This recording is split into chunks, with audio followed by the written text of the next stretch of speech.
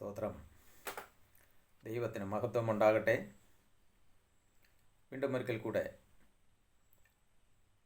കർത്താവിൻ്റെ വചനവുമായി നിങ്ങളുടെ മുന്നിൽ കടന്നു വരുവാൻ ദൈവം സഹായിച്ചു. അതിനായി ദൈവത്തിന് സ്തോത്രം. ഈ വചനം കേൾക്കുന്ന എല്ലാവരെയും ദൈവം അനുഗ്രഹിക്കുമാറാകട്ടെ. വചനം കേൾക്കുന്ന എല്ലാവരെയും ദൈവം സഹായിക്കട്ടെ. വചനം എല്ലാവരുടെ ഉള്ളത്തിലും പരിശുദ്ധാത്മാവിൻ്റെ നിറവിൽ അത് പ്രവേശിക്കുവാനും പരിശുദ്ധാത്മാവിനാൽ വലിയ വിടുതലുകൾ ഉണ്ടാകുവാനും ദൈവം സഹായിക്കട്ടെ എന്ന് ഞാൻ ആദ്യമായി പ്രാർത്ഥിക്കുന്നു. പ്രിയ സഹോദരങ്ങളെ, എല്ലാവരും വചനങ്ങൾ കേട്ടുകൊണ്ടിരിക്കുന്നവരായിരിക്കാം. ഇല്ലാത്തവർ കേൾക്കുന്നുവെങ്കിൽ അതിനെ ശ്രദ്ധിക്കുക. കേൾക്കുന്നവരായാലും ശ്രദ്ധിക്കുക. അതിനെ പറയുന്നത് എന്താണെന്നുള്ളത് മനസ്സിലാക്കുക. ശരിയാണോ എന്ന് നോക്കി വേദപുസ്തകം എടുത്ത് വായിച്ച് നോക്കുക. അല്ലാതെ മനസ്സിൽ ഒരു ഡൗട്ട് കൊണ്ട് നടക്കേണ്ട ആവശ്യമില്ല. ദൈവം എല്ലാവരെയും സഹായിക്കട്ടെ. ഇന്ന് കർത്താവ് ഒരു വിഷയവുമായി നിങ്ങളുടെ അടുക്കിലേക്ക് കടന്നു വരുവാൻ സഹായിച്ചു. കഴിഞ്ഞ ഭാഗങ്ങളിലൊക്കെ പാപത്തെക്കുറിച്ച്, സാത്താൻ്റെ തന്ത്രങ്ങളെക്കുറിച്ചൊക്കെ പറയുകയുണ്ടായിരുന്നു. അതിൽ സാത്താൻ ഈ ഭൂമിയിൽ മനുഷ്യനെ എന്തിനാണ് വഞ്ചിച്ചു എന്ന് നോക്കുമ്പോൾ, ദൈവം ഈ ഭൂമിയിലേക്ക് അവൻ്റെ അഹങ്കാരത്തിൽ അവനെ തള്ളിയിട്ടപ്പോൾ അവൻ ദൈവത്തിൻ്റെ ജനത്തെ വഞ്ചിക്കാൻ വേണ്ടി അവൻ തീരുമാനിച്ചതാണ് ഇന്ന് സാത്താൻ്റെ പിടിയിൽ ജനങ്ങളായി കിടക്കുന്നത്. അതിൽ നിന്ന് ജനത്തെ വിടുവിക്കണമെന്നുള്ള വലിയ ഒരു പദ്ധതിയോടുകൂടെയാണ് കർത്താവായ യേശു ക്രിസ്തു ഈ ഭൂമിയിലേക്ക് കടന്നു വന്നതും കർത്താവിൻ്റെ പദ്ധതി കർത്താവ് വിജയിക്കുകയും ഇന്ന് പിതാവിൻ്റെ വലത്ത് ഭാഗത്തിരിക്കുകയും പക്ഷപാതം ചെയ്യുകയും എന്നൊക്കെ കേൾക്കുവാൻ സാധിച്ചു. കഴിഞ്ഞ ഭാഗത്തിൽ ഞാൻ അതിനെക്കുറിച്ച് വ്യക്തമായി പറഞ്ഞു. യേശു ക്രിസ്തു സകലത്തിൻ്റെയും നാഥനാണ്, രക്ഷകനാണ്, വിടുവിക്കുന്നവനുമാണ്, സൃഷ്ടാവാണ്, സർവ്വതും അവൻ തന്നെയാണ്. ത്രിയേക ദൈവത്തിൻ്റെ ആ കൃപയിലാണ് ഇന്ന് നമ്മൾ ഇരിക്കുന്നുവെന്നും വിശ്വസിക്കുക. കർത്താവായ യേശു ക്രിസ്തു ഈ ഭൂമിയിലേക്ക് കടന്നു വരുവാൻ കാരണം പാപത്തിലും ശാപത്തിലും അടിമപ്പെട്ട് സാത്താൻ്റെ പിടിയിൽ കടന്ന ജനത്തെ എങ്ങനെയെങ്കിലും വിടുവിക്കണം എന്ന് പറഞ്ഞുകൊണ്ടാണ് ദൈവം ഇവിടെ വന്നത്. സാത്താൻ ദൈവജനത്തെ വഞ്ചിക്കണം എന്നുള്ള ഒരേ ഒരു തീരുമാനമുള്ളവനാണ്. ആ തീരുമാനം അവൻ ചെയ്തുകൊണ്ടിരിക്കും. കാരണം അവൻ പാതാളത്തിൻ്റെ ഇരയാണ്. പാതാളത്തിലേക്ക് പോകുന്നവനാണ് അവൻ. പാതാളത്തിൽ അവനെ അടയ്ക്കാൻ പോകുന്നതാണ്. അതുകൊണ്ട് അവൻ്റെ കൂടെ ഒരു കൂട്ടം ജനത്തെ, ദൈവജനത്തെയും കൂടെ അവൻ കൊണ്ടുപോകാൻ വേണ്ടിയാണ് അവൻ്റെ തന്ത്രങ്ങളിൽ ജനത്തെ കുടുക്കിക്കൊണ്ടിരിക്കുന്നത്. അവൻ്റെ തന്ത്രങ്ങളിൽ ജനത്തെ വഞ്ചിച്ചുകൊണ്ടിരിക്കുന്നത്. അത് ജനം അറിയത്തില്ല, ജനം അറിയുന്നുമില്ല സാത്താൻ പ്രവർത്തിക്കുന്ന ആ പ്രവർത്തനം. കഴിഞ്ഞ തിരുവചനങ്ങളിലൊക്കെ ഞാൻ പറയുകയുണ്ടായിരുന്നു, ഈ ഭൂതങ്ങൾ, ഈ ദുഷ്ടാത്മാക്കൾ ഈ ഭൂമിയിൽ ഉണ്ടായത് എങ്ങനെയൊക്കെ എന്ന്. മനുഷ്യനിൽ കൂടെയാണ്, പ്രഭുക്കന്മാരിൽ കൂടെയാണ്. അതാണ് കർത്താവ് പറയുന്നത്, മനുഷ്യരിൽ ആശ്രയിക്കുന്നതിനേക്കാൾ യഹോവയിൽ ആശ്രയിക്കുന്നത് നല്ലത്. പ്രഭുക്കന്മാരിൽ ആശ്രയിക്കുന്നതിനേക്കാൾ യഹോവയിൽ ആശ്രയിക്കുന്നത് നല്ലത്. എന്തുകൊണ്ടെന്നാൽ മനുഷ്യർ, പ്രഭുക്കന്മാർ എന്ന് പറയുമ്പോൾ ഈ ഇന്നത്തെ ആളുകൾ, ഇന്ന് വിശ്വസിക്കുന്ന, ദൈവത്തെ ഉപേക്ഷിച്ച് മരിച്ചുപോയ ആളുകളെ ആശ്രയിക്കുന്നു.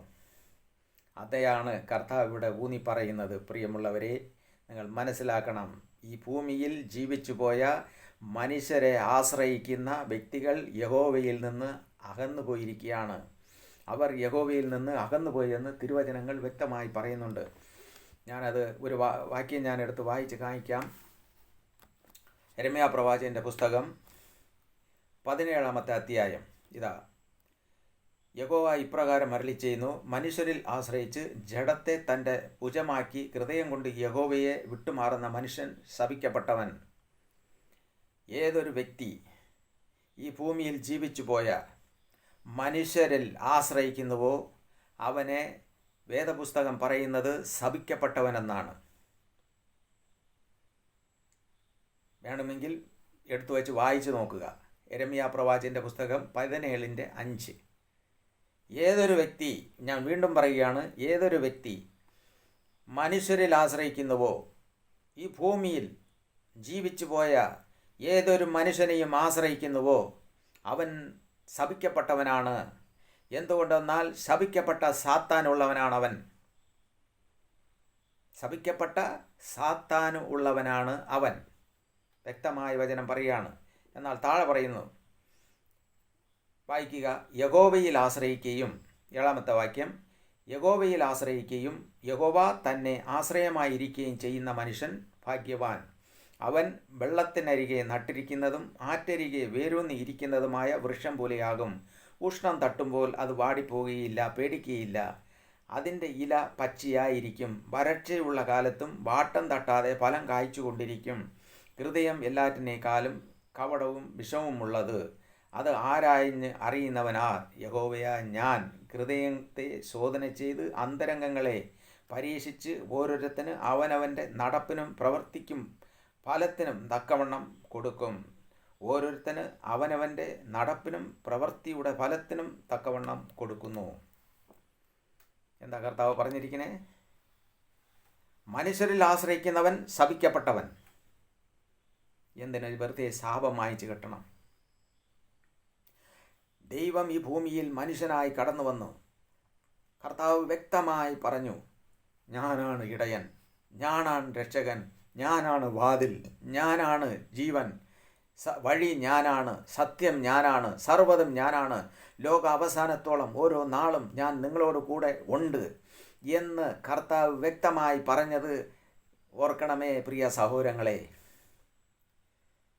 നിങ്ങളുടെ കൂടെ ഇരിക്കാൻ ഞാനൊരു സഹായകനെ തരും, പരിശുദ്ധാത്മാവെന്ന സഹായകൻ. ആ സഹായകനെ തന്നാൽ ആ സഹായകൻ നമ്മളെ വഴി നടത്തും എന്നൊക്കെ പറഞ്ഞിരിക്കുന്നു. ഈ പരിശുദ്ധാത്മാവിനെ തിരിച്ചറിയാൻ ഇന്ന് ജനങ്ങൾക്ക് കഴിയുന്നുണ്ടോ? കഴിയാത്തതിൻ്റെ കാരണം എന്തെന്നറിയാമോ? നമ്മൾ കർത്താവ് പറഞ്ഞതുപോലെ കർത്താവിനോട് അടുക്കാത്തത് കൊണ്ടാണ്. ആ പരിശുദ്ധാത്മാവ് ഇന്നും ജനങ്ങളുടെ ഇടയിൽ വ്യാപരിച്ചു കൊണ്ടിരിക്കുന്നുണ്ട്. എന്നാൽ അത് നമുക്ക് സ്വന്തമാക്കാൻ കഴിയാത്തതിൻ്റെ കാരണം മനുഷ്യരിൽ ആശ്രയിച്ചു കൊണ്ടിരിക്കുന്നു. ഈ ലോകത്തിലെ തൻ്റെ ചിന്തയെ കൊടുത്തുകൊണ്ടിരിക്കുന്നു. ദൈവത്തെ ഉപേക്ഷിച്ചു കൊണ്ടിരിക്കുന്നു. ദൈവമായിട്ടുള്ള ഒരു ബന്ധത്തിൽ അവൻ ഇരിക്കുന്നില്ല. അവൻ ദൈവമേ ദൈവമേ എന്ന് വിളിക്കുന്നുവെങ്കിലും യഥാർത്ഥമായി ഹൃദയം അവൻ ദൈവത്തിന് കൊടുത്തിട്ടില്ല. ദൈവം വസിക്കാൻ സ്ഥലം കൊടുത്തിട്ടില്ല. അതുകൊണ്ടാണ് ഇത് പറയുന്നത്. ഇങ്ങനെയുള്ള ഭാഗങ്ങൾ, ഈ ഭാഗങ്ങളിൽ കൂടെ മനസ്സിലാക്കുവാൻ സാധിക്കും. ഒരു വ്യക്തി ദൈവത്തിൽ ആശ്രയിച്ച് അവനെ മാത്രം മുറുകെ പിടിച്ചിരിക്കുന്നു എങ്കിൽ അവൻ ഇല വാടാത്തതുപോലെ, അതായത് എപ്പോഴും ഫലം കായ്ക്കുന്നവനായിരിക്കും. അവൻ ഉഷ്ണക്കാറ്റടിച്ചാൽ വീണു പോകത്തില്ല. ഈ ലോകത്തിൽ പല പല രോഗങ്ങൾ വരും, പല പല മാരക രോഗങ്ങൾ വന്നു ചേരും. എന്നാൽ ദൈവജനത്തിന് അത് ഒരിടത്തും കൊള്ളത്തില്ല. അതാണ് ഇസ്രായേൽ ജനത്തെ നടത്തിയപ്പോഴും മോശയുടെ കാലത്ത് ആ ഒരു കാര്യം ഇവിടെ പറഞ്ഞിരിക്കുന്നത്. ഫറവോൻ്റെ നാട്ടിൽ പല പല ബാധകൾ വന്നുവെങ്കിലും പാളയത്തിൽ, അതായത് ഇസ്രായേൽ ജനം പാർത്തിരുന്ന സ്ഥലത്ത് ഒരു ബാധയും ഇവർക്ക് ഒന്നും സംഭവിച്ചില്ല. ഒരു ബാധയും ഇവരുടെ കൂടാരത്തിൽ അടുത്തില്ല. ഇത് തന്നെയാണ് ഇന്നും. ഏതൊരു വ്യക്തി ഏകദൈവമായ കർത്താവിനെ മാത്രം ഹൃദയപൂർവ്വം വിശ്വസിച്ച് അവൻ്റെ കൂടെ ഇരിക്കുന്നുവെങ്കിൽ അവൻ എപ്പോഴും ഫലം കായ്ക്കുന്നവനായിരിക്കും. ദൈവത്തിൻ്റെ കൃപയിൽ നിൽക്കുന്നവനായിരിക്കും. എന്ത് വന്നുകൊട്ടെ, എന്ത് തന്നെ വന്നാലും അവന് പേടിക്കാനില്ല. അതാണ് കർത്താവ് പറഞ്ഞു. ലോകാവസാനത്തിൻ്റെ കാര്യങ്ങളെ ചോദിച്ചപ്പോൾ, ശിഷ്യന്മാർ ചോദിച്ചപ്പോൾ കർത്താവ് പറഞ്ഞ ഒരു കാര്യം ഓർമ്മ ഉണ്ടോ? യുദ്ധങ്ങൾ സംഭവിക്കും, മാരക രോഗങ്ങൾ ഉണ്ടാകും, ഭൂമികുലുക്കം ഉണ്ടാകും. എന്തു തന്നെ ഉണ്ടായാലും നിങ്ങൾ കലങ്ങണ്ട, നിങ്ങൾ ഭാരപ്പെടണ്ട, അതൊക്കെ സംഭവിക്കേണ്ടത് തന്നെ. അപ്പോൾ ഇത് ആർക്കൊക്കെയാണ് സംഭവിക്കുന്നത്?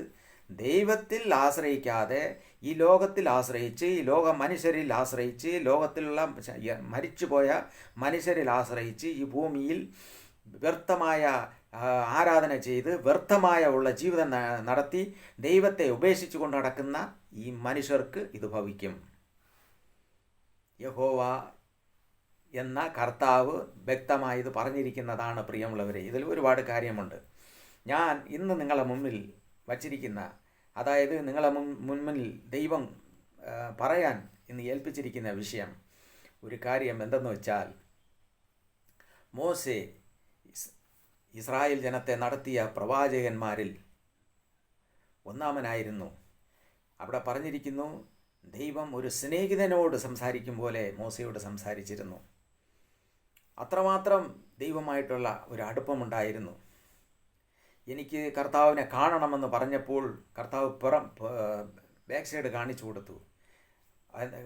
ഫ്രണ്ട്, അതായത് മുഖം കർത്താവെന്ന് കാണിച്ചു കൊടുത്തില്ല. എന്നാൽ കർത്താവായ യേശു ക്രിസ്തു ഈ ഭൂമിയിൽ വന്ന് തന്നെ പിതാവിനെ കണ്ടതുപോലെ എന്നെ കണ്ടാൻ പിതാവിനെ കണ്ടു കഴിഞ്ഞു എന്ന് പറഞ്ഞു. എന്നെ കണ്ടവൻ പിതാവിനെ കണ്ടു കഴിഞ്ഞു എന്ന് പറഞ്ഞു. അപ്പോൾ പിതാവിനെ കാണണമെങ്കിൽ യേശു ക്രിസ്തുവിനെ കണ്ടാൽ മതി, യേശു ക്രിസ്തുവിനെ കണ്ടാൽ മതി. പ്രിയമുള്ളവരെ, അങ്ങനെയാണ് ഈ പുതിയ നിയമത്തിൽ കർത്താവായ യേശു ക്രിസ്തു പറഞ്ഞിരിക്കുന്നത്. പഴയ നിയമത്തിൽ മോശയ്ക്ക് അത് കാണുവാൻ സാധിച്ചില്ല. എന്നാൽ മോശയോട് കർത്താവ് ഒരു സ്നേഹിതനോട് സംസാരിക്കും പോലെ സംസാരിച്ചു എന്നെല്ലാം പറഞ്ഞിരിക്കുന്നു. അത് മാത്രമല്ല, മോശെ മരിച്ച സമയത്ത് മോശയെ അടക്കം ചെയ്തത് കർത്താവാണ്, ദൈവമാണ്. ആവർത്തന പുസ്തകം 34:6 എടുത്ത് നോക്കുമ്പോൾ അവനെ അടക്കം ചെയ്തു. ആർക്കും ആ സ്ഥലം ഇന്ന് വരെയും അറിഞ്ഞുകൂടാ. ആർക്കും ആ സ്ഥലം ഇന്ന് വരെ അറിഞ്ഞുകൂടാ. സാത്താന് പോലും അറിയില്ല. കർത്താവ് അടക്കിയ സ്ഥലം, മോശയെ അടക്കിയ സ്ഥലം സാത്താന് പോലും അറിയില്ല. പ്രിയമുള്ളവരെ, അവിടെയാണ് നമ്മൾ മനസ്സിലാക്കേണ്ടത് എന്തുകൊണ്ട് ദൈവം അത് മറച്ചു വച്ചിരിക്കുന്നു.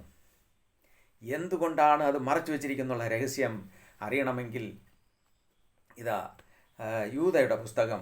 യൂദ ഒരേ ഒരു അധ്യായമേ ഉള്ളൂ.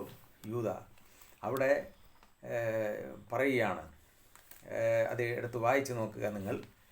സാത്താൻ മിഖായേൽ ദൂതനോട് മോശയുടെ ശരീരത്തിന് വേണ്ടി വഴക്കുണ്ടാക്കി, വാദം നടത്തി. മോശയുടെ ശരീരം എനിക്കുള്ളതാണ്. എന്തുകൊണ്ടെന്നാൽ മോശയുടെ ശരീരത്തിന് വേണ്ടി സാത്താൻ എന്തിനു വേണ്ടി വന്നു? മീഖായേൽ ദൂതൻ്റെ അടുക്കൽ. കർത്താവ് മീഖായേൽ ദൂതനെയാണ് ഏൽപ്പിച്ചതെന്ന് ഈ വേദപുസ്തകത്തിലൂടെ മനസ്സിലാക്കുവാൻ സാധിക്കും, ഈ ശരീരത്തെ അടക്കം ചെയ്യുവാൻ. എന്നാൽ സാത്താൻ അവിടെ അവകാശം പറഞ്ഞു വന്നു, മോശയുടെ ശരീരം എനിക്കുള്ളതാണ്. എന്തുകൊണ്ടാണ് മോശയുടെ ശരീരത്തിന് വേണ്ടി സാത്താൻ വന്നു? സാത്താൻ അവനെ പാതാളത്തിലേക്ക് പോകേണ്ടവനാണ്, അവനെ അതിന് വിധിക്കപ്പെട്ടവനാണ്. മോശയുടെ ശരീരത്തിന് വേണ്ടി വരാൻ കാരണമെന്തെന്ന് നമ്മൾ തിരുവചനത്തിൽ ധ്യാനിക്കുമ്പോൾ, മോശെ ഒരു കൊലപാതകം ചെയ്തിട്ടുണ്ട്. അത് പുറപ്പാട് പുസ്തകത്തിൽ കാണാൻ സാധിക്കും. മോശെ ഒരുത്തനെ കൊന്നുകളഞ്ഞു. ആ കൊന്നവൻ, അതായത് കൊലപാതകിയുടെ ശരീരം സാത്താനുള്ളതാണെന്നാണ് അവൻ അവകാശം പറയുന്നത്. കൊലപാതകിയുടെ ശരീരം അവന് വേണം. അതായത് പാവം ചെയ്യുന്ന ഏതൊരു വ്യക്തിയുടെയും ശരീരത്തിന് അവകാശം പറയുന്നത് സാത്താനാണ്. അതുകൊണ്ടാണ് പാവം ചെയ്യുന്ന വ്യക്തി സാത്താൻ്റെ കൂടെ, സാത്താൻ്റെ സേനകളുടെ കൂടെ പാതാളത്തിലേക്ക് പോകുന്നത് എന്ന് കർത്താവ് വ്യക്തമായി പറഞ്ഞിരിക്കുന്നു. യേശുക്രിസ്തുവിൽ വിശ്വസിച്ച് കർത്താവിൽ ചേർന്ന് നടക്കുന്ന, വിശുദ്ധിയോടും ഭക്തിയോടും ജീവിക്കുന്ന വ്യക്തികളെ കർത്താവ് അവസാന നാളിൽ ഉയർപ്പിക്കും. അത് ഉള്ളതാണ്. എന്നാൽ ഇവിടെ നമ്മൾ മനസ്സിലാക്കേണ്ടത്, നാം ഓരോരുത്തരും മനസ്സിലാക്കിയിരിക്കേണ്ട വ്യക്തമായുള്ള ഒരു കാര്യം എന്തെന്ന് വെച്ചാൽ, നമ്മൾ ഇന്ന് മരിച്ചാൽ നമ്മുടെ ശരീരത്തിന് വേണ്ടി അവകാശം പറഞ്ഞു വരുന്ന ഒരുത്തനുണ്ട്, അവൻ സാത്താനാണ് എന്ന് നാം മനസ്സിലാക്കിക്കൊള്ളണം. നമ്മൾ ദൈവത്തിൻ്റെ സന്നിധിയിലേക്ക് പോകുവാൻ അവൻ അനുവദിക്കില്ല. അവൻ്റെ കൂടെ തന്നെ ജനത്തെ കൊണ്ടുപോകും. ദൈവജനത്തെ എങ്ങനെയെങ്കിലും പാതാളത്തിലേക്ക് കൊണ്ടുപോകണം എന്നുള്ള ഒരു തന്ത്രത്തോടു കൂടെയാണ് സാത്താൻ എപ്പോഴും മനുഷ്യൻ്റെ അടുക്കൽ വരുന്നുവെന്ന് മനസ്സിലാക്കിക്കൊള്ളണം.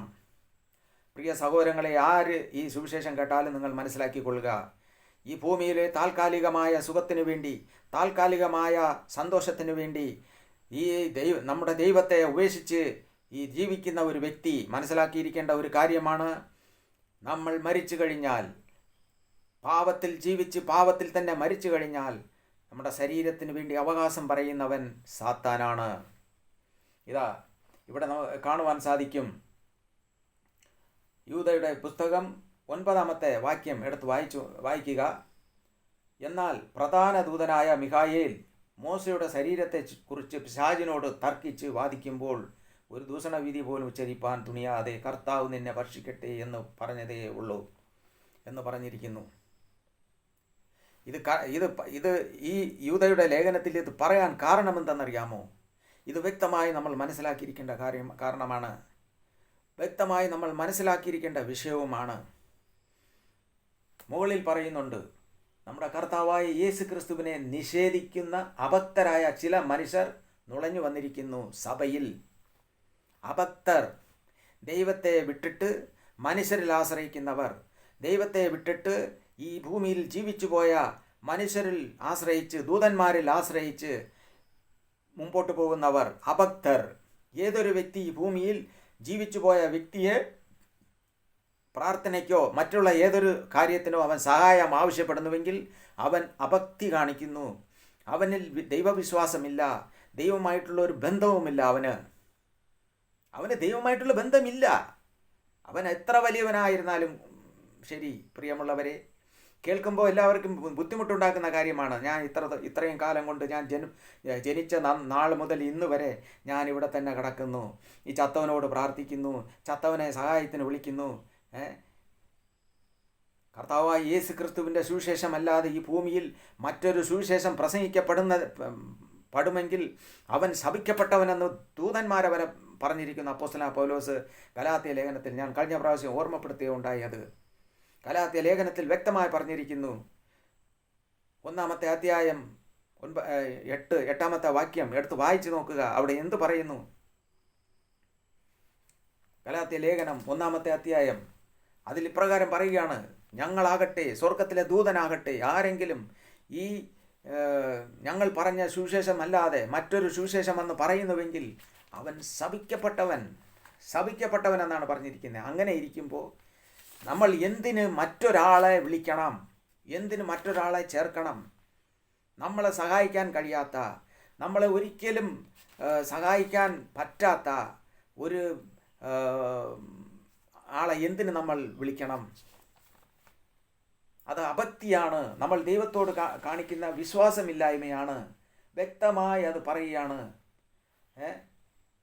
എന്നാൽ ഞങ്ങളാകട്ടെ, എന്നാൽ ഞങ്ങൾ നിങ്ങളോട് അറിയിച്ചതിന് വിപരീതമായി ഞങ്ങളാകട്ടെ, സ്വർഗത്തിൽ നിന്ന് ഒരു ദൂതനാകട്ടെ നിങ്ങളോട് സുവിശേഷം അറിയിച്ചാൽ അവൻ ശപിക്കപ്പെട്ടവൻ. അപ്പോൾ സുവിശേഷം എന്ന് പറഞ്ഞത് എന്താണ് സുവിശേഷം? കർത്താവായ യേശു ക്രിസ്തു ഈ ഭൂമിയിൽ കുറേ സഭകളെ ഉണ്ടാക്കി ഈ ഭൂമിയിൽ എന്നും വാഴിക്കുമെന്നാണോ? അതാണോ സുവിശേഷം? ഈ ഭൂമിയിൽ വാഴിക്കുമെന്നാണോ സുവിശേഷം? ഒരിക്കലുമല്ല. ഈ ഭൂമി തീക്കിരയാകാൻ പോകുന്നു. ഈ ഭൂമി ശപിക്കപ്പെട്ട് കിടക്കുന്ന ഭൂമിയാണ്. കർത്താവ് ശാപത്തിൽ നിന്നെല്ലാം വിടുവിച്ചു, മനുഷ്യനെ രക്ഷിച്ചു. എന്നാൽ ഈ ഭൂമിയെ ദൈവം നശിപ്പിക്കാൻ തീരുമാനിച്ചിരിക്കുകയാണ്. അത് ഉറപ്പാണ്, തീരുമാനിച്ചു. അതിൻ്റെ സമയം ഇനി കൂടുതൽ താമസമില്ല. പുതിയ ആകാശവും പുതിയ ഭൂമിയും കർത്താവ് അതിനുവേണ്ടി ഒരുക്കി കഴിഞ്ഞു. വെളിപ്പാട് പുസ്തകത്തിൽ നമുക്ക് കാണുവാൻ സാധിക്കും. വെളിപ്പെടുത്തിയിരിക്കുന്നു കർത്താവ് 21-ാമത്തെ അധ്യായത്തിൽ 20-ാമത്തെ വാക്യത്തിൽ. നമ്മൾ വെളിപ്പാട് പുസ്തകം 20-ാമത്തെ അധ്യായത്തിലേക്ക് പോകുമ്പോൾ നമുക്ക് അവിടെ വേറൊരു സംഭവം കാണുവാൻ സാധിക്കും. ദൈവം ഇത് എത്രമാത്രം ജനത്തെ സ്നേഹിക്കുന്നുവെന്നും എല്ലാം നമുക്ക് ഇവിടെ കാണുവാൻ സാധിക്കും. ഇതാ 1 മുതൽ ഞാൻ വായിക്കുന്നു. അനന്തരം ഒരു ദൂതൻ അഗാധത്തിൻ്റെ താക്കോലും ഒരു വലിയ ചങ്ങലയും കയ്യിൽ പിടിച്ചുകൊണ്ട് സ്വർഗത്തിൽ നിന്ന് ഇറങ്ങുന്നത് ഞാൻ കണ്ടു. അവൻ പിശാചും സാത്താനും എന്നുള്ള പഴയ പാമ്പായ മഹാസർപ്പത്തെ പിടിച്ച് 1000 ആണ്ടത്തേക്ക് ചങ്ങലയിട്ടു. 1000 ആണ്ട് കഴിയുവോളം ജാതികളെ വഞ്ചിക്കാതിരിപ്പാൻ അവനെ അഗാധത്തിൽ തള്ളിയിട്ട് അടച്ച് പൂട്ടുകയും മുദ്രയിടുകയും ചെയ്തു. അതിൻ്റെ ശേഷം അവനെ അല്പകാലത്തേക്ക് അഴിച്ചുവിടേണ്ടതാകുന്നു. എന്നാൽ പ്രിയമുള്ളവരെ, അതിൻ്റെ താഴെ പറയുന്നു, ഞാൻ ന്യായസനങ്ങളെ കണ്ടു, അവയിലിരിക്കുന്നവന് ന്യായവിധിയുടെ അധികാരം കൊടുത്തു. യേശുവിൻ്റെ സാക്ഷ്യവും ദൈവവചനവും നിമിത്തം തല ഛേദിക്കപ്പെട്ടവരും മൃഗത്തെയോ അതിൻ്റെ പ്രതിമയോ നമസ്കരിക്കാതിരുന്നവരും നെറ്റിയിലും കൈമേലും അതിൻ്റെ മുദ്ര കൈക്കൊള്ളാതിരുന്നവരുമായവരുടെ ആത്മാക്കളെയും ഞാൻ കണ്ടു. അവർ ജീവിച്ചു 1000 ആണ്ട് ക്രിസ്തുവിനോടുകൂടെ വാണു. മരിച്ചവർ ശേഷമുള്ളവർ ഈ 1000 ആണ്ട് കഴിയുവോളം ജീവിച്ചില്ല. കണ്ടോ? കർത്താവായ യേശു ക്രിസ്തു യോഹന്നാൻ സുവിശേഷത്തിൽ 6 അധ്യായത്തിൽ പറഞ്ഞിരിക്കുന്നു. യോഹന്നാൻ സുവിശേഷം 6 അധ്യായം കർത്താവ് പറഞ്ഞു, ഞാൻ ഒടുക്കത്തെ നാളിൽ അവനെ ഉയർപ്പിക്കും. 40 വാക്യം എടുത്ത് വായിച്ചു നോക്കുക. എൻ്റെ വചനം കേട്ട് എന്നിൽ വിശ്വസിച്ച് എന്നോടുകൂടെ ഇരിക്കുന്നവനെ ഞാൻ ഒടുക്കത്തെ നാളിൽ ഉയർത്തെഴുന്നേൽപ്പിക്കും. ഈ 1000 ആണ്ട് ക്രിസ്തുവിനോടുകൂടെ വാഴുവാൻ, ഈ 1000 ആണ്ട് ക്രിസ്തുവിനോടുകൂടെ താമസിപ്പിക്കുവാൻ, 1000 ആണ്ട് കർത്താവിനോടുകൂടെ ഇരിക്കും. അവന് രണ്ടാമത്തെ മരണമില്ല, രണ്ടാമതൊരു മരണമില്ല. എന്നാൽ ഈ 1000 ആണ്ട് കഴിയുമ്പോൾ മറ്റുള്ളവർ എല്ലാവരെയും ഉയർത്തെഴുന്നേൽപ്പിച്ച് അവനവന് കൊടുക്കേണ്ട ശിക്ഷ കൊടുത്ത് അവനെ പാതാളത്തിൽ എരിതീയിൽ തള്ളിയിടും എന്ന് വ്യക്തമായി ബൈബിൾ രേഖപ്പെടുത്തിയിട്ടുണ്ട്. ഈ രണ്ടാമത്തെ മരണമാണ് മനുഷ്യന് കിട്ടാൻ പോകുന്ന ഏറ്റവും വലിയ ശിക്ഷ. അപ്പോൾ ഈ രണ്ടാമത്തെ മരണം വേണോ ഇല്ല നിത്യജീവൻ വേണോ എന്ന് തീരുമാനിക്കേണ്ടത് നാം ഓരോരുത്തരുമാണ്. ഇത് സംഭവിക്കുന്ന കാര്യമാണ്, കഥയല്ല. വെളിപ്പാട് പുസ്തകം എന്ന് പറയുന്നത് കഥയല്ല, നടക്കുന്ന കാര്യവും നടന്നുകൊണ്ടിരിക്കുന്ന കാര്യവും ഇനി നടക്കാൻ പോകുന്ന കാര്യമാണ്. ഇതിൽ എഴുതിയിരിക്കുന്ന കാര്യമാണ് ഇപ്പോഴും സംഭവിച്ചുകൊണ്ടിരിക്കുന്നത്. കർത്താവായ യേശു ക്രിസ്തുവിൻ്റെ വെളിപ്പാടാണ്. ഇത് സംഭവിക്കുന്നതാണ് പ്രിയമുള്ളവരെ. അപ്പോൾ നാം ഓരോരുത്തരും തീരുമാനിക്കണം നമുക്ക് എന്താണ് വേണ്ടത്. ഈ ഭൂമിയിലുള്ള ഈ അല്പകാല സന്തോഷം മതിയോ, അതോ നിത്യകാലം കർത്താവിനൂടെ സ്വർഗത്തിൽ വാഴുന്നതാണോ, അതോ 1000 ആണ്ട് കഴിഞ്ഞ ശേഷം കർത്താവ് ഉയർത്തെഴുന്നേൽപ്പിച്ച് പാതാളത്തിൽ എരിതീയിൽ ഇടുന്നതാണോ? എന്താണ് വേണ്ടതെന്ന് നാം ഓരോരുത്തരും തീരുമാനിക്കണം, നാം ഓരോരുത്തരും തിരഞ്ഞെടുക്കണം. അതുകൊണ്ടാണ് ഈ സുവിശേഷം ജനത്തോട് പ്രസംഗിക്കുന്നത്. നിങ്ങളെ ശരീരത്തെ പാതാളത്തിൽ കൊണ്ടുപോകുവാൻ സാത്താൻ ഇങ്ങനെ നോക്കിയിരിക്കുകയാണ്.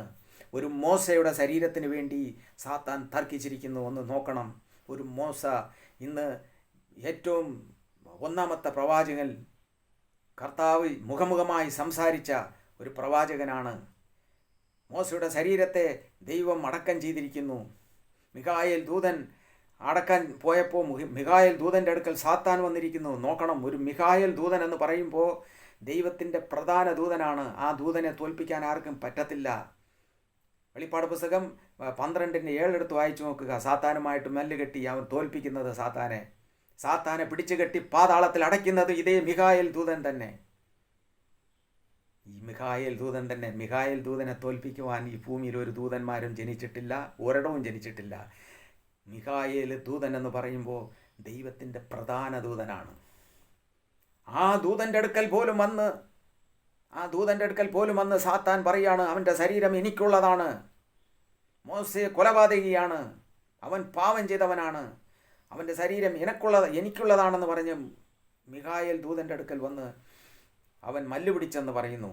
അത് കഴിഞ്ഞിട്ടാണ് പ്രിയമുള്ളവരെ അടുത്ത് നാം കാണേണ്ടത് യൂദാ എന്താണ് ഇതിൽ അടുത്ത് രേഖപ്പെടുത്തിയിരിക്കുന്നത്, അതുകൂടെ അറിയേണ്ട ആവശ്യമാണ്. യൂദാ പുസ്തകം എടുത്ത് വായിക്കുക, ധ്യാനിച്ച് വായിക്കുക. നിങ്ങൾക്കത് മനസ്സിലാക്കുവാൻ സാധിക്കും. എല്ലാവർക്കും മനസ്സിലാവുന്ന രീതിയിൽ പരിശുദ്ധ ആത്മാവ് അതിനെ രേഖപ്പെടുത്തിയിരിക്കുകയാണ്. പരിശുദ്ധാത്മാവ് തന്നെ അത് മനസ്സിലാക്കി തരും. കർത്താവായ യേശു ക്രിസ്തുവിൽ വിശ്വസിക്കുന്ന ഏതൊരു വ്യക്തിയും ഏക മനസ്സോടുകൂടെ ഏക ദൈവത്തെ തന്നെ ആരാധിച്ച് ഏക ദൈവത്തിൽ വിശ്വസിച്ചിരിക്കുന്ന ഒരു വ്യക്തി ഈ തിരുവചനങ്ങൾ മനസ്സിലാക്കാൻ പരിശുദ്ധാത്മാവ് തന്നെ അവന് വെളിപ്പെടുത്തും. ഇല്ലെങ്കിൽ പരിശുദ്ധാത്മാവ് അവിടെ കാണൂല.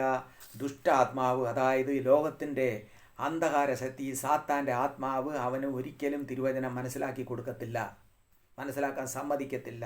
കാരണം ദൈവമായിട്ടുള്ള ഒരു ബന്ധമില്ല. ഇന്ന് എവിടെ ഒരു പ്രാർത്ഥന തുടങ്ങിയാലും ആദ്യം അമ്മയാണ് വിളിക്കുന്നത്. പരിശുദ്ധ അമ്മേ എന്ന് പറഞ്ഞുകൊണ്ട് ഞങ്ങൾക്ക് വേണ്ടി അപേക്ഷിക്കണമേ എന്ന് പറഞ്ഞുകൊണ്ട് ആദ്യം പറഞ്ഞിട്ടാണ് പിന്നെ ദൈവത്തെ വിളിക്കുന്നത്. ആദ്യമേ നീ തുടങ്ങുന്നതേ സാത്താനെ വിളിച്ചാണ്, പിശാചിനെ വിളിച്ചാണ് നീ തുടങ്ങുന്നത്. പിന്നെ എവിടെ കൂടെ ദൈവം നിൻ്റെ മുന്നിൽ വരും? 2 കാല് ചവിട്ടിയാൽ കുഴിയിൽ വീഴുമെന്ന് വ്യക്തമായി പറഞ്ഞിട്ടുണ്ട്. 2 സ്ഥലത്ത് നീ കാല് ചവിട്ടണമെങ്കിൽ കുഴിയിൽ വീഴും. ഒന്നീ നീ ദൈവത്തെ വിളി, അല്ലെങ്കിൽ നീ അമ്മയെ വിളി. ഇപ്പോൾ ദൈവം വേണ്ട, കാൽവരി കുരിശിൽ മരിച്ച ദൈവം വേണ്ട, കർത്താവ് വേണ്ട. അവൻ സകലത്തെയും ജയിച്ചവനായി നിന്നിരിക്കുന്നു. ആ കർത്താവിനെ അങ്ങ് ഒതുക്കി നിർത്തിയിട്ട് ഇപ്പം അമ്മ മതി. അമ്മ എവിടെ കൊണ്ടുപോകുന്നതാണ്? അമ്മ ആരെയും സ്വർഗത്തിലേക്ക് കൊണ്ടുപോകുന്ന വാഗ്ദാനം ചെയ്തിട്ടില്ല. അമ്മ സഹായിക്കാമെന്ന് വാഗ്ദാനം ചെയ്തിട്ടില്ല. എന്തിന് വെറുതെ ഉള്ള സമയത്തെ വേസ്റ്റ് ആക്കുന്നു? എന്തിന് നിങ്ങളെ ജീവിതത്തെ ഇല്ലാതെയാക്കുന്നു? എന്തിന് നിങ്ങളെ ശരീരത്തെ പാതാളത്തിലേക്ക് വിടുന്നു? അഭക്തിയാണെന്ന് പറഞ്ഞിരിക്കുന്ന അഭക്തി, ദൈവത്തോട് വിശ്വാസമില്ലായ്മ. പ്രിയമുള്ളവരെ, ദൈവത്തോട് വിശ്വാസമില്ലായ്മ. ഒരു സാത്താൻ പ്രധാന ദൂതനോട് വന്ന് മല്ല് പിടിച്ചിരിക്കുന്നു അവൻ്റെ മോശയുടെ ശരീരത്തിന് വേണ്ടി. എടുത്ത് വായിച്ച് നോക്കുക എങ്ങനെ ഇരിക്കുന്നു. അതാണ് താഴെ പറഞ്ഞിരിക്കുന്നത്. ഇനി ഞാൻ ഇത് വായിച്ച് കേൾപ്പിക്കാം നിങ്ങൾക്ക്. കർത്താവ് നിന്നെ സ്പർശിക്കട്ടെ എന്ന് പറഞ്ഞതേ ഉള്ളൂ. ഇവരോ തങ്ങൾ അറിയാത്തതിനെ എല്ലാം ദുഷിക്കുന്നു. ബുദ്ധിയില്ലാത്ത മൃഗങ്ങളെപ്പോലെ സ്വാഭാവികമായി ഗ്രഹിക്കുന്നവയാകയാൽ ഒക്കെയും തങ്ങളെ തന്നെ വഷളാക്കുന്നു. അവർക്ക് അയ്യോ കഷ്ടം. അവർ കായിൻ്റെ വഴിയിൽ നടക്കുകയും കൂലി കൊതിച്ച് ബിലയാമിൻ്റെ വഞ്ചനയിൽ തങ്ങളെ തന്നെ ഏൽപ്പിക്കുകയും കോരകിൻ്റെ മത്സരത്തിൽ നശിച്ചു പോവുകയും ചെയ്യുന്നു. മനസ്സിലായോ വല്ലതും? ഇല്ല. മനസ്സിലായില്ലെങ്കിൽ ഞാൻ മനസ്സിലാക്കി തരാം. പരിശുദ്ധാത്മാവ് നിങ്ങളെ മനസ്സിലാക്കി തരുന്നു. ഇവിടെ പറഞ്ഞിരിക്കുന്നതെന്നറിയാമോ? ഒന്ന്, ആദ്യം പറയുന്നത് കൂലി കൊതിച്ച ബിലയാമിൻ്റെ വഞ്ചന. അടുത്ത് കായിൻ്റെ വഴി. കായിൻ ദുർമാർഗനായിരുന്നു, സാത്താനെ അനുസരിക്കുന്നവനായിരുന്നു. കായിൻ കൊലപാതകിയായിരുന്നു. മനസ്സിലാക്കണം, കായിൻ കൊലപാതകിയായിരുന്നു, ദുർമാർഗിയായിരുന്നു. അവൻ ദൈവത്തെ നിഷേധിച്ചവനായിരുന്നു. ദൈവത്തിൻ്റെ അടുക്കൽ വന്ന് മാനസാന്തരത്തിന് വേണ്ടി അപേക്ഷിച്ചില്ല അവൻ. ഞാൻ എൻ്റെ സഹോദരൻ്റെ കാവൽക്കാരനോ എന്ന് പറഞ്ഞ് ചോദിച്ചു അവൻ. എന്നാൽ അന്ന് അനുതപിച്ച് ദൈവത്തോട് അനുതാപത്ത്, കർത്താവേ എന്നോട് ക്ഷമിക്കണമേ, ഞാൻ അറിവില്ലാതെ ഇത് ചെയ്തു പോയെന്ന് പറഞ്ഞിരുന്നെങ്കിൽ ദൈവം തീർച്ചയായും ക്ഷമിക്കുമായിരുന്നു. ഇതാ മോശയോട് ക്ഷമിച്ചില്ലയോ? മോശ ഒരുത്തനെ അടിച്ചു കൊന്നു. മോശ ഇന്ന് ദൈവത്തിൻ്റെ സന്നിധിയിൽ പ്രധാനപ്പെട്ടവനായിരിക്കുന്നു. മാനസാന്തരം. കർത്താവ് പറയണത്, നീ തെറ്റ് ചെയ്തോ? ശരി, സമ്മതിച്ചു. നീ അറിയാതെ ചെയ്തു, ഇത്രയും കാലം നീ ചെയ്തു, ഞാൻ സമ്മതിച്ചിരിക്കുന്നു. പക്ഷേ ഒരു കാര്യം, നീ അതിനെ ഉപേക്ഷിക്കുക. നീ മാനസാന്തരപ്പെട്. അതാണ് ദൈവം ആഗ്രഹിക്കുന്നത്. നീ മാനസാന്തരപ്പെട്, ഞാൻ നിന്നെ ക്ഷമിക്കാം. യെശയ്യാ പ്രവാചകന്റെ പുസ്തകം 1-ാമത്തെ അധ്യായം എടുത്ത് നോക്കുക. അവിടെ പറയുന്നു, നിന്റെ പാവം എത്ര കടും ചുവപ്പായിരുന്നാലും ഞാനത് ഹിമം പോലെ വെളുപ്പിക്കും, പഞ്ഞു പോലെയാക്കും. രക്തം പോലെ ആയിരുന്നാലും അത് പഞ്ഞു പോലെ ആക്കി തരും. കാരണം നമ്മളെ ദൈവം അത്രമാത്രം വിശ്വസ്തനാണ്. അവൻ അങ്ങനെയുള്ളവനാണ്. ദൈവം എന്ന് പറയുന്ന ശക്തി, അവൻ സ്നേഹമുള്ളവനാണ്. ദൈവത്തെ മാത്രം നീ വിളിക്കണം. യഹോവയായ ദൈവം, അവൻ മാത്രം. നമ്മുടെ ഈ കർത്താവിനെ മാത്രമേ വിളിക്കാവൂ. ഇതിൻ്റെ ഇടയിൽ ആരെയും കയറ്റരുത് നീ. ഇവിടെ പറയുന്നു, അടുത്ത് പറയുന്ന ഭാഗം എന്തെന്നറിയാമോ? ബിലയാം ചെയ്തതെന്താണ്? വിഗ്രഹങ്ങളെ ആരാധിപ്പിച്ചു. അവന് വേണ്ടി വിഗ്രഹ സ്ഥലം ഉണ്ടാക്കി വെച്ച്. സംഖ്യാപുസ്തകത്തിലെടുത്ത് കാണാൻ സാധിക്കും 22-ാമത്തെ അധ്യായത്തിൽ. അതുപോലെ അവൻ ഇസ്രായേൽ ജനത്തെ ശപിക്കാൻ വേണ്ടി ബാലക്ക് കൊണ്ടുവന്നവനെ, ബിലയാമിനെ കൊണ്ടുവന്നു. അപ്പോൾ ബിലയാം വിഗ്രഹങ്ങളെ ആരാധിപ്പിച്ച ഒരു മന്ത്രവാദിയാണ്. വിഗ്രഹങ്ങളെ ആരാധിപ്പിച്ച ഒരു മന്ത്രവാദിയാണ്. ആ മന്ത്രവാദിയെപ്പോലെ ഇന്ന് ജനമായിരിക്കുന്നു. ഞാൻ പല പ്രാവശ്യം നിങ്ങൾക്ക് ഇത് ഓർമ്മപ്പെടുത്തിക്കൊണ്ടിരിക്കുകയാണ്. ഈ ജപമാല എന്ന് പറയുന്നത് മന്ത്രവാദമാണ്, ആഭിചാരമാണ്. ഞാൻ എൻ്റെ അനുഭവത്തെ ഞാൻ സാക്ഷി പറഞ്ഞിരിക്കുന്നു. മന്ത്രവാദം ചെയ്യുന്ന എൻ്റെ അപ്പൂപ്പൻ്റെ കൂടെ ഇരുന്നവനാണ് ഞാൻ. മന്ത്രവാദം പഠിക്കാൻ വേണ്ടി ഇരുന്നവനാണ് ഞാൻ. ഈ ലോകത്തിൽ ചത്തവരെയാണ് അവർ വിളിക്കുന്നത്. ആദ്യം അവരെ വിളിച്ചിട്ടാണ് പൂജ നടത്തുന്നത്. മനസ്സിലാക്കിക്കൊള്ളണം ജനമേ, നിങ്ങൾ മനസ്സിലാക്കിക്കൊള്ളണം. നിങ്ങൾ ഈ ലോകത്തിൽ ജീവിച്ചു പോയ വിശുദ്ധന്മാർ ആരും നമ്മളെ സഹായിക്കാൻ വരില്ല. വ്യക്തമായത് പറഞ്ഞിരിക്കുകയാണ്. മറിയയെ നമ്മളെ സഹായിക്കാൻ വരത്തില്ല. ഇങ്ങനെയുള്ള അന്ധവിശ്വാസത്തിലേക്ക് നിങ്ങൾ പോകരുത്. ദൈവം പ്രത്യേകമായി ഇത് വെളിപ്പെടുത്തി തന്നിരിക്കുകയാണ് ജനങ്ങളോട്. പറ എന്ന് പറഞ്ഞുകൊണ്ട്. അല്ലാതെ ഞാൻ എന്തിനാണ് നിങ്ങളെ ശത്രുവാവണം? ആരും അറിയുന്നില്ല. ഇത് നടത്തുന്ന പുരോഹിതന്മാരും അറിയുന്നില്ല. സാത്താൻ ഇവരെ വഞ്ചിച്ചു വച്ചിരിക്കുകയാണെന്ന് ഇതിൻ്റെ യഥാർത്ഥ സത്യം അറിയുന്നില്ല. ഒരു ദൈവത്തെ പഠനത്തിൽ കൂടെ തിരിച്ചറിയാൻ പറ്റില്ല. ഞാൻ എത്ര വർഷം പഠിച്ചാലും ബുക്ക് പഠിച്ചാലും ദൈവം ആരെന്നോ ദൈവത്തിൻ്റെ സ്നേഹം എന്തെന്ന് മനസ്സിലാക്കാൻ പറ്റില്ല. രുചിച്ചറിയണം. അതാണ് സങ്കീർത്തനകാരൻ പറയുന്നത്, യഹോവ എത്ര നല്ലവനെന്ന് രുചിച്ചറിവിൻ. ഒരു അനുഭവമുള്ളവർക്ക് ഇത് പറഞ്ഞു മനസ്സിലാക്കാൻ പറ്റൂ. അനുഭവത്തിൽ കൂടെ ദൈവത്തെ കാണണം. അനുഭവത്തിൽ കൂടെ. അല്ലാതെ ഞാൻ 10 വർഷം 15 വർഷം പഠിച്ചു എന്ന് പറഞ്ഞുകൊണ്ട് ദൈവത്തെ മനസ്സിലാക്കാനൊന്നും പറ്റില്ല. അനുഭവത്തിൽ കൂടെ മനസ്സിലാക്കണം. അനുഭവത്തിൽ കൂടെ, പ്രിയമുള്ളവരെ, അനുഭവത്തിൽ കൂടെ മനസ്സിലാക്കണം ദൈവമാരെന്ന്. അങ്ങനെ അനുഭവത്തിൽ കൂടെ മനസ്സിലാക്കിയവരിൽ ഒരുത്തനാണ് ഞാൻ. ഇതുപോലെ ഒരുപാട് പേർ അനുഭവത്തിൽ കൂടെ മനസ്സിലാക്കിയിട്ടുണ്ട് കർത്താവിനെ. ആ കർത്താവിനെ മനസ്സിലാക്കിയവർ കർത്താവിനെ രുചിച്ചറിഞ്ഞിട്ടുണ്ട്. അവരിന്നും പ്രത്യാശയോടെ ജീവിക്കുന്നവരാണ്. ലോകത്തിൽ ജീവിക്കുന്നവരുണ്ട്, ജീവിച്ചു പോയവരുമുണ്ട്. ബിലെയാമിൻ്റെ വഴിയിൽ പോകുന്നവർ. അതുപോലെ അടുത്തൊരു കൂട്ടം അവിടെ താഴെ പറയുന്നുണ്ട്. എന്തെന്നറിയാമോ? കോരഗിൻ്റെ മത്സരത്തിൽ നശിച്ചു പോവുകയും ചെയ്യുന്നു. കോരഗ് ഇന്ന് സുവിശേഷം പറഞ്ഞ ആരെങ്കിലും അടുത്ത് പോകുമ്പോൾ, എന്താ തർക്കം, ഞങ്ങൾക്കെല്ലാം അറിയാം, നിങ്ങളാണോ ദൈവത്തിൻ്റെ അടുത്തുള്ള ആൾക്കാർ, ഞങ്ങളും ദൈവത്തോട് പ്രാർത്ഥിക്കുന്നവർ തന്നെ. എന്തൊരു ഇത് 24 മണിക്കൂറും കല്ലമാലയും പിടിച്ച് ചുരുട്ടി ചുരുട്ടി ഉരുട്ടി ഉരുട്ടി നടക്കുന്നത്, ഇതാണോ ദൈവത്തോട് നടക്കുന്നത്? ഇത് ആഭിചാരമാണെന്ന് തിരിച്ചറിയില്ല. മത്സരിച്ച് പറയുകയാണ്, ഞങ്ങൾക്കും അറിയാം, നിങ്ങൾ മാത്രമാണോ? അന്ന് മോശയോട് മത്സരിച്ച്. കോരഗിൻ്റെ ചരിത്രം എടുത്ത് വായിച്ചു നോക്കുക. 16-ാമത്തെ അധ്യായം സംഖ്യാപുസ്തകം. മോശയോട് പറഞ്ഞു, ഇനി മതി, നീ കൂടുതൽ ഞങ്ങളെ ഉപദേശിക്കാൻ വരണ്ട. നീ ഞങ്ങളുടെ അടുക്കൽ നീ ആരാണ്? ഞങ്ങളും ദൈവത്തെ അറിഞ്ഞിരിക്കുന്നു, ഞങ്ങൾക്കും അറിയാം ദൈവത്തിൻ്റെ. കാരണം അവർ ബിലെയാമിൻ്റെ കൂടെ നടക്കുകയാണ്, ബിലെയാമിൻ്റെ വഴിയിൽ പോകുന്നവരാണ്, വിഗ്രഹാരാധനയ്ക്ക് പോകുന്നവരാണ്. ദൈവത്തിൽ നിന്ന് അകന്ന് അവർ ഈ ബിലെയാമിൻ്റെ ഉപദേശത്തെ സ്വീകരിച്ചു കൊണ്ട് നടക്കുമ്പോൾ മോശയെ ഉപദേശിക്കുകയാണ്. അവരെ കേൾക്കുന്നില്ല, മോശയോട് തർക്കിക്കുന്നു. അപ്പോൾ കർത്താവിൻ്റെ കോപം അവിടെ ജ്വലിച്ചു. മോശയും സങ്കടപ്പെട്ട് ദൈവത്തോട് നിലവിളിച്ചു, കർത്താവേ, ഞാൻ എന്ത് ചെയ്യണം? ഈ ജനം ഇങ്ങനെ ആയിരിക്കുന്നു, ഞാൻ എന്ത് ചെയ്യണം? കർത്താവ് പറഞ്ഞു, നീ അവരെ വിട്ട് മാറിപ്പോ, അവരുടെ അടുക്കൽ നീങ്ങെന്ന് പറഞ്ഞു. മോശെ പറഞ്ഞു, ദൈവം ഏകദൈവമായ കർത്താവിൻ്റെ വചനമാണ് ഞാൻ പറയുന്നതെന്ന് സത്യമാണെങ്കിൽ നാളെ ഭൂമി വാ പിളർന്നെന്ന് പറഞ്ഞതേ ഉള്ളൂ. അവൻ നിന്ന സ്ഥലം ഭൂമി വാ പിളർന്ന് അവരെല്ലാം മണ്ണിൻ്റെ അടിയിൽ കൊണ്ടുപോയി. കോരകിനെ പോലെ നശിക്കുന്ന കൂട്ടം. എന്തിന് നശിക്കണം പ്രിയമുള്ളവരെ? എന്തിന് നശിക്കണം?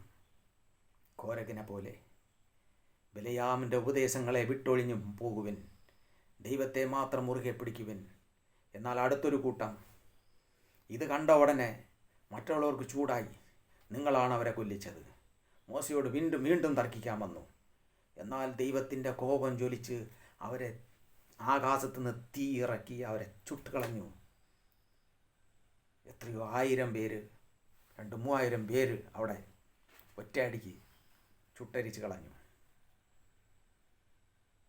അതാണ് ഇവിടെ യൂദാ ലേഖനത്തിൽ രേഖപ്പെടുത്തിയിരിക്കുന്നത്.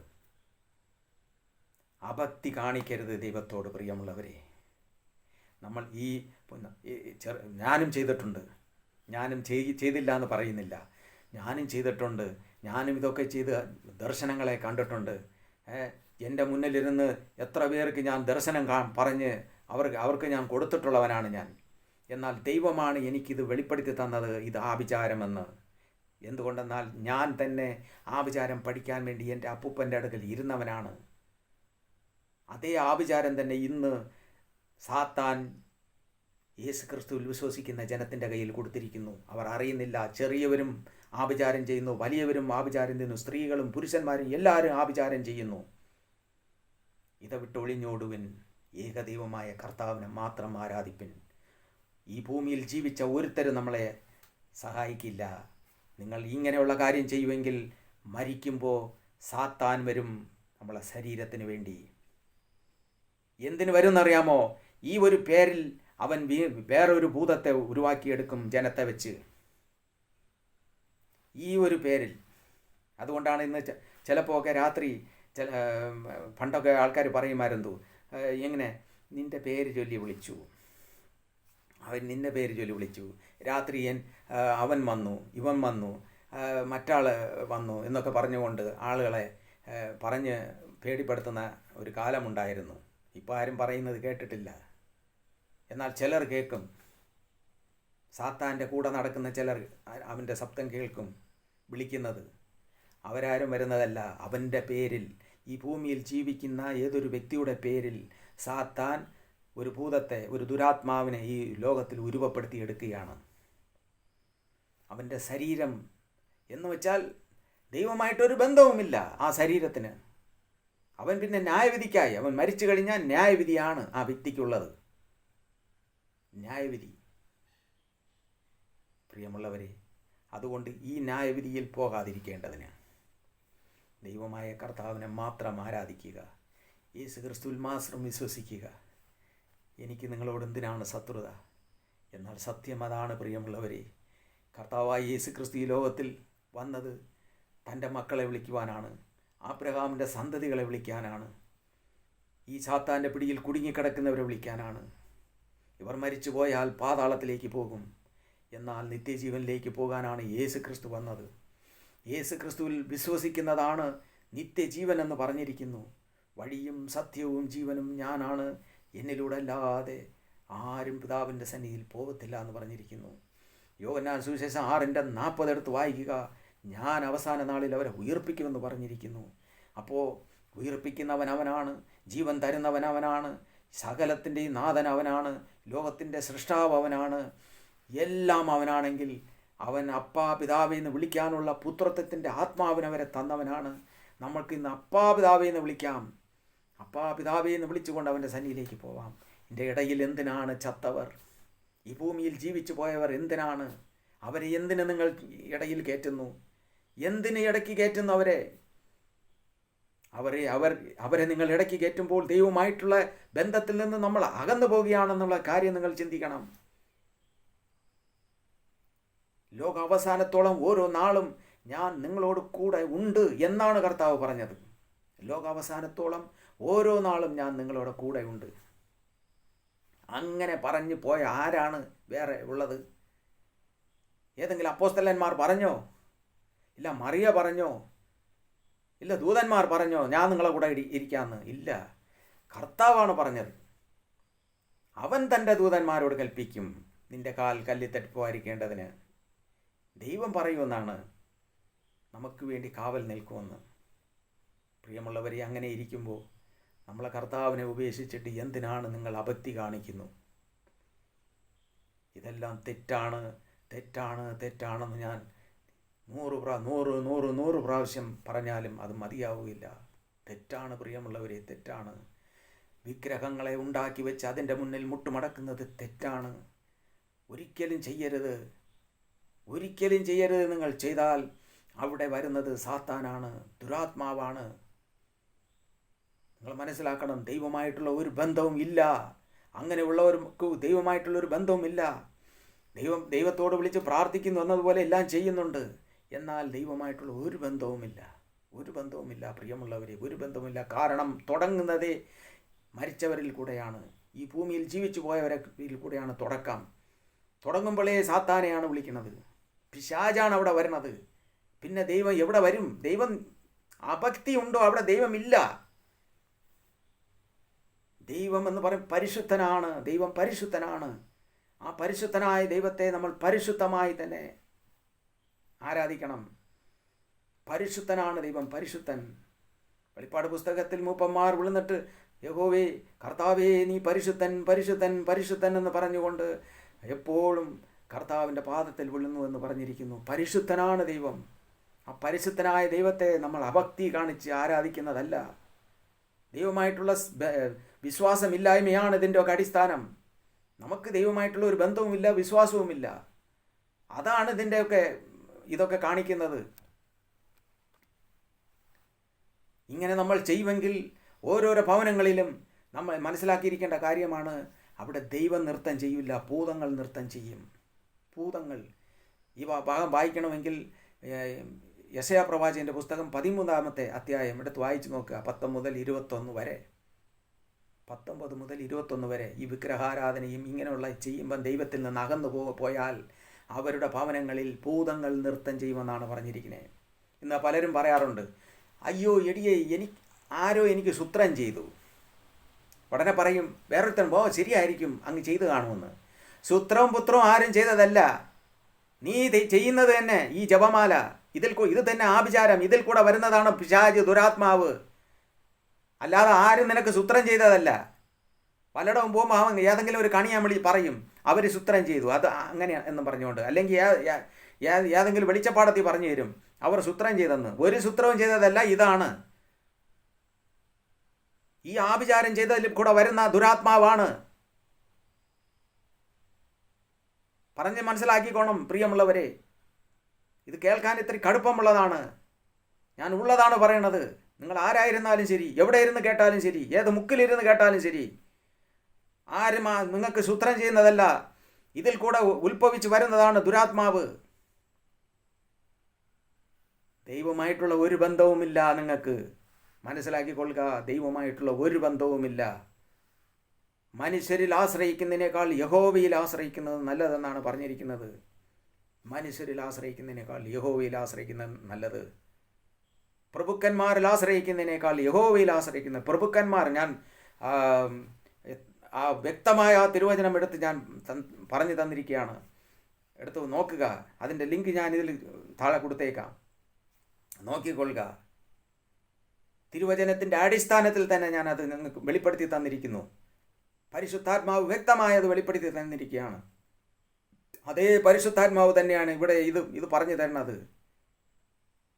നമ്മുടെ ശരീരം പരിശുദ്ധമായിരുന്നാൽ, വിശുദ്ധിയോടുകൂടെ ഇരുന്നാൽ, പാപത്തിൽ നിന്ന് വേർപെട്ടവരായിരുന്നാൽ, മാനസാന്തരപ്പെട്ട ജീവിതമായിരുന്നാൽ, നമ്മളെ ശരീരത്തെ പാതാളത്തിലേക്ക് അവൻ വിടത്തില്ല. തൻ്റെ ഭക്തനെ ദ്രവത്വം കാണുവാനോ സമ്മതിക്കത്തില്ല എന്നാണ് സങ്കീർത്തനത്തിൽ പറഞ്ഞിരിക്കുന്നത്. നമ്മളെ ശരീരം പാതാളത്തിലേക്ക് പോകുവാൻ ദൈവം സമ്മതിക്കത്തില്ല പ്രിയമുള്ളവരെ. എന്നാൽ നമ്മൾ ദൈവത്തെ വിട്ടകന്ന് ഈ സാത്താൻ്റെ പിടിയിൽ അകപ്പെട്ട്, സാത്താൻ ദൈവത്തിൻ്റെ കുഞ്ഞുങ്ങളെ പാതാളത്തിലേക്ക് കൊണ്ടുപോകുവാൻ വേണ്ടി അവൻ പലതരത്തിലുള്ള വഞ്ചന ചെയ്തുകൊണ്ടിരിക്കുകയാണ്. അവൻ്റെ ചതിവിൽ നിന്ന് രക്ഷപ്പെട്ട് ദൈവത്തെ മുറുകെ പിടിച്ചോളുക പ്രിയമുള്ളവരെ. ദൈവത്തെ മുറുകെ പിടിച്ചോളുക. ദൈവത്തെ മുറുകെ പിടിച്ചോളുക. അതുതന്നെയാണ് രക്ഷ. അല്ലാതെ താൽക്കാലികമായിട്ട് ഇവിടെ നിങ്ങൾ എന്തെങ്കിലും നേട്ടത്തിന് വേണ്ടി ഈ കാര്യങ്ങൾ ചെയ്യുന്നുവെങ്കിൽ വലിയ നഷ്ടമാണ്. ദൈവം നിങ്ങളുടെ ജീവിതത്തിൽ നിന്ന് ദൂരെ പോകും. ദൈവം വേണോ, ഈ ഭൂമിയിലുള്ള ഈ മാമോൻ വേണോ എന്ന് നിങ്ങൾ തന്നെ ചിന്തിക്കുക. ഈ ലോകത്തിലെ പ്രഭു വേണോ, സ്വർഗത്തിലെ ദൈവം വേണോ എന്ന് തീരുമാനമെടുക്കേണ്ടത് നിങ്ങൾ ഓരോരുത്തരുമാണ്. നിങ്ങൾ ഓരോരുത്തരുമാണ് തീരുമാനമെടുക്കേണ്ടത്. ദൈവം വേണോ, പ്രഭു വേണോ, ദൈവം വേണോ, സാത്താൻ വേണോ, ആര് വേണം? രണ്ടും കിട്ടത്തില്ല. ഒന്നേ കിട്ടത്തുള്ളൂ. ഒന്നിൽ മാത്രമേ രക്ഷയുള്ളൂ, അതും ദൈവത്തിൽ മാത്രം. മറ്റവനിൽ പലതും ചിലപ്പോൾ കിട്ടിയേക്കാം, എന്നാൽ അതിൽ രക്ഷയില്ല. പാതാളത്തിലേക്ക് അവൻ പോകുമ്പോൾ അവരെല്ലാവരെയും കൊണ്ടുപോകും. രണ്ടാമ മരണമെന്നുള്ളത് ഉണ്ട്. നമ്മൾ ഈ ഭൂമിയിൽ നിന്ന് മരിച്ചു പോയാലും അടുത്ത് കർത്താവ് ഉയർപ്പിക്കും എന്ന് വ്യക്തമായ വചനത്തിൽ പറഞ്ഞിരിക്കുന്നു. അങ്ങനെയാണെങ്കിൽ സാത്താനുള്ളവൻ സാത്താന് തന്നെ, സാത്താൻ അവനെ കൊണ്ടുപോകും പാതാളത്തിലേക്ക്. അതിനാണ് മോശയുടെ ശരീരത്തിന് വേണ്ടി അവൻ തർക്കിച്ചത്. മോശയുടെ ശരീരത്തിന് വേണ്ടി മിഖായേലുണ്ട് തർക്കിക്കാൻ തക്കവണ്ണം അത്രമാത്രം അവൻ വന്നെങ്കിൽ ഈ സാധാരണക്കാരായ മനുഷ്യരായ നമ്മളെ അവൻ വിടുമോ? സാധാരണക്കാരായ മനുഷ്യരെ അവൻ വിടുമോ? ഒന്ന് ചിന്തിച്ച് നോക്കണം. സാധാരണക്കാരായ മനുഷ്യരെ അവൻ വിടുമോ? അതുകൊണ്ട് പ്രിയമുള്ളവരെ, ഇന്ന് കർത്താവ് നിങ്ങളെ ഓർമ്മപ്പെടുത്തിയിരിക്കുകയാണ്. ദൈവം വേണോ, മാമോൻ വേണോ? ഈ ഭൂമിയിൽ ചത്തുപോയ മനുഷ്യരിൽ നീ ആശ്രയിക്കുന്നുവോ, ദൈവത്തിൽ ആശ്രയിക്കുന്നുവോ? കർത്താവ് എനിക്ക് തന്ന ഈ സുവിശേഷം ഇത് തന്നെയാണ് പ്രിയമുള്ളവരെ. ജനത്തെ പറഞ്ഞ് മനസ്സിലാക്കി കൊടുക്കുക. ജനത്തോട് പറ എന്ന് പറഞ്ഞതാണ് ഞാൻ നിന്ന് ഇത് ധൈര്യത്തോടെ നിങ്ങളോട് പറയുന്നത്. അല്ലാതെ ഞാനിത് പറയുന്നുവെങ്കിൽ ഇത് ആരൊക്കെ കേൾക്കുന്നു, എവിടെ ഇരുന്നൊക്കെ കേൾക്കുന്നു എനിക്കറിഞ്ഞൂടാ പ്രിയമുള്ളവരെ, എനിക്കറിഞ്ഞൂടാ. എല്ലാവരെയും ദൈവം രക്ഷിക്കണമെന്ന് ആഗ്രഹിക്കുകയാണ്. എല്ലാവരും ദൈവത്തിൻ്റെ മക്കളായി സ്വർഗരാജ്യത്തിൽ പോകണമെന്ന് ദൈവം ആഗ്രഹിക്കുകയാണ്. കർത്താവ് പറഞ്ഞു, എൻ്റെ ആടുകളെ തേടി വന്നു, എന്നാൽ എൻ്റെ തൊഴുത്തിൽ ഇല്ലാത്ത വേറെയും ആടുകളെ എനിക്ക് ചേർക്കേണ്ടത്, അവരെയും കൂടെ എനിക്ക് നോക്കണം. അതിനാണ് സുവിശേഷം പറഞ്ഞിരിക്കുന്നത്. സുവിശേഷം എന്ന് പറഞ്ഞ ഒന്ന് അപ്പോസ്തലന്മാരിൽ കൂടെ, പ്രവാചകന്മാരിൽ കൂടെ ഒക്കെ ദൈവം നടത്തിക്കൊണ്ടിരിക്കുന്നത്. അതുകൊണ്ട് പ്രിയമുള്ളവരെ, ഈ ബിലെയാമിനെ പോലെ, ഈ കോരകിനെ പോലെ പറഞ്ഞിരിക്കുന്നു. യൂദാ പുസ്തകം എടുത്ത് വായിച്ചു നോക്കുക. കോരകിനെ ഭൂമി വളർന്ന് വിഴുങ്ങി. ബിലെയാമിനെ അന്ന് മോശെ കൊന്നു. ഇവരെല്ലാം വിഗ്രഹാരാധികളായിരുന്നു. മരിച്ചവരോട് പ്രാർത്ഥിക്കുന്നവരായിരുന്നു. മരിച്ചുപോയ പ്രഭുക്കന്മാരിൽ ആശ്രയിച്ചവരായിരുന്നു. മരിച്ചുപോയ, അന്ന് ഈ ഭൂമിയിൽ ജീവിച്ചുപോയ മരിച്ചുപോയ ആൾക്കാരിൽ ആശ്രയിച്ചവരായിരുന്നു. അതുകൊണ്ടാണ് മോശയുടെ ശരീരത്തെ ദൈവം കൊടുത്തില്ല. ഇനി മോശയുടെ പേര് പറഞ്ഞ് ആരും ആശ്രയിക്കരുതെന്ന് പറഞ്ഞുകൊണ്ട് ദൈവത്തിന് വലിയ നിർബന്ധമുണ്ടായിരുന്നു. മോശയുടെ ആ കല്ലറ പോലും ഇന്ന് ഒരു വ്യക്തിക്ക് അറിഞ്ഞുകൂടാ.